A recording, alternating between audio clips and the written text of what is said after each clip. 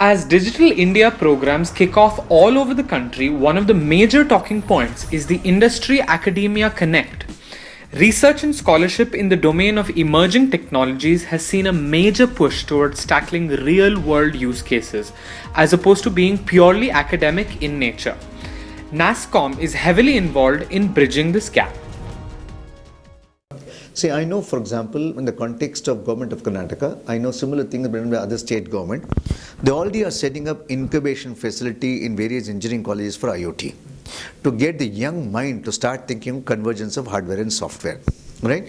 I'm saying they will be a spoke to this pilot center is going to be a hub.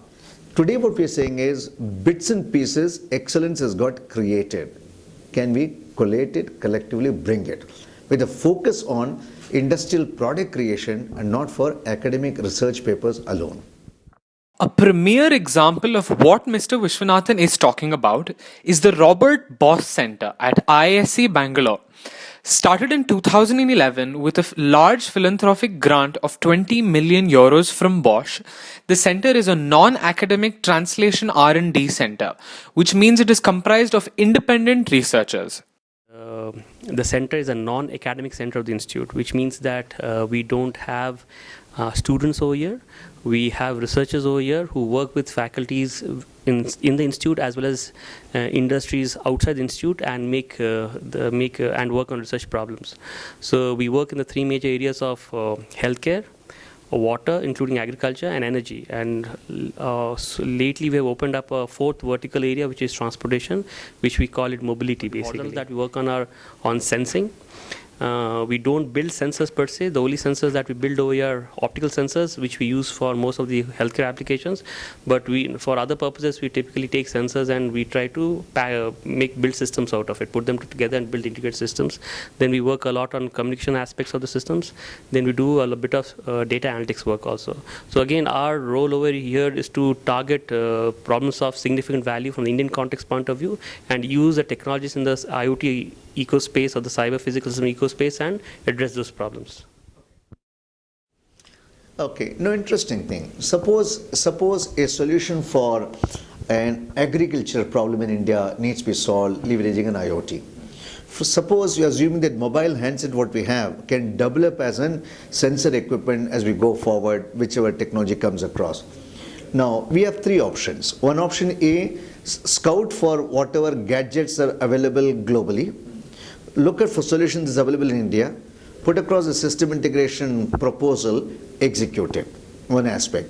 Smart agriculture is a broader view of defining agriculture, because most of the situations what's happening here in agriculture is we have a situation where we have a serious problem with the resources, for example water and the soil quality being degraded, and those are two factors that's playing a big havoc for the farmers.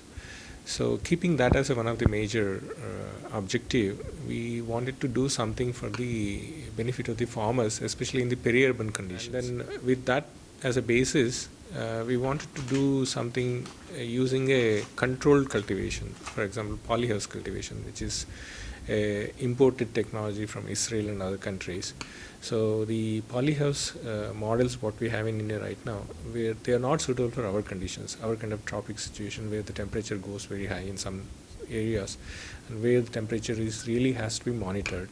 Second aspect is adopt what is available, create the product over here.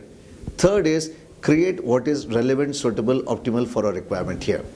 Such large solution may not come from large companies.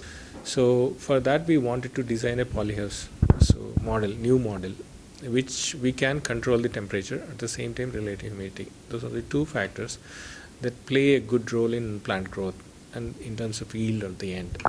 So we designed a new polyhouse with a passive way of monitoring the temperature and relativity inside the polyhouse. But how does this valuable research translate into technology on the ground? This is where NASSCOM comes back into the picture. NASSCOM will serve as a bridge between budding entrepreneurs and academia to ensure real change on a mass scale. He was a young entrepreneur, he finds a technical problem to solve.